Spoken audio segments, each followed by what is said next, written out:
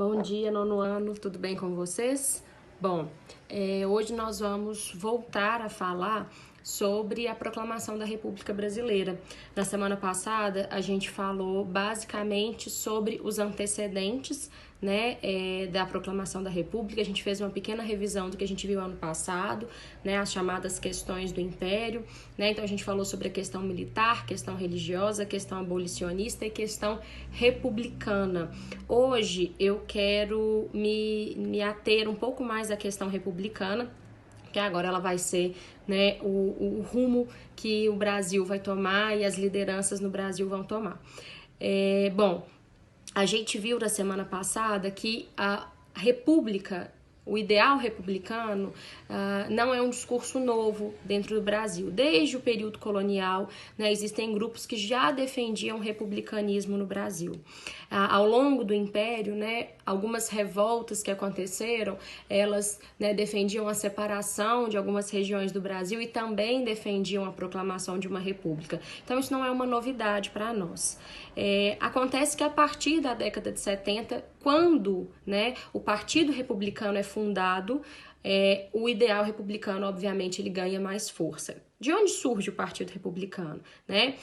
Durante o Império, nós tínhamos dois partidos no Brasil, o Partido Liberal e o Partido Conservador, né? E o Partido Republicano, ele é uma ala do Partido Liberal. Um pessoal que era do Partido Liberal, não concordavam com algumas questões, saem do Partido Liberal e fundam um Partido Republicano, né? O republicanismo no Brasil, ele é baseado principalmente na ideia do federalismo, ou seja, né, a união de estados autônomos, né, que se unem, então, né, a pátria maior, a pátria mãe, se unem à nação, né? Existia uma defesa muito antiga já lá nessa briga já era desde o período colonial, em que alguns estados queriam, que naquele contexto eram províncias, queriam autonomia, principalmente legislativa.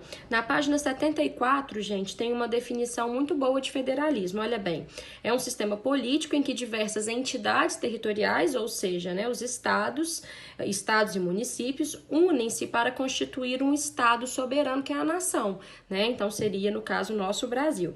Nesse contexto brasileiro, as antigas províncias do Império se tornam estados unidos por um pacto federativo, o que lhes dava certa autonomia para legislar conforme seus interesses. Não, essa era uma briga antiga, porque o poder era centralizado nas mãos do imperador, centralizados no governo central do Rio de Janeiro, e isso dava muita polêmica, porque às vezes, né, as necessidades de uma província não eram contempladas pelo imperador. Então eles queriam autonomia, principalmente legislativa. Então, o republicanismo brasileiro, gente, ele é muito baseado nessa ideia, né, do federalismo e, basicamente, né, gente, ele é muito baseado no ideal republicano norte-americano, nos ideais liberais norte-americanos. Então, os exemplos de republicanismo que nós vamos ter são a República Norte-Americana e o republicanismo francês também. Esses são os grandes exemplos que nós vamos ter e que nós vamos seguir, inclusive.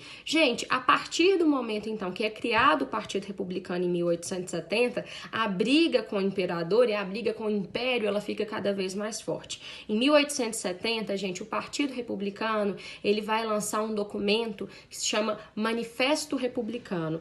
Esse Manifesto Republicano tem alguns trechos dele nas páginas 76 e 77. Depois eu quero que vocês leiam, tá? Esse manifesto, e eles vão fazer intensas críticas ao Império. Então eles vão falar sobre a ausência de liberdade, né? Não há liberdade de imprensa no Brasil, porque, né, ainda existe uma pressão muito grande do imperador. Era constituída, né, era garantida a liberdade de imprensa, mas em função, né, de um poder muito centralizado, a imprensa ela se via em algum momento limitada. Há uma discussão sobre liberdade religiosa. Não havia liberdade religiosa no Brasil porque a religião oficial era a religião católica.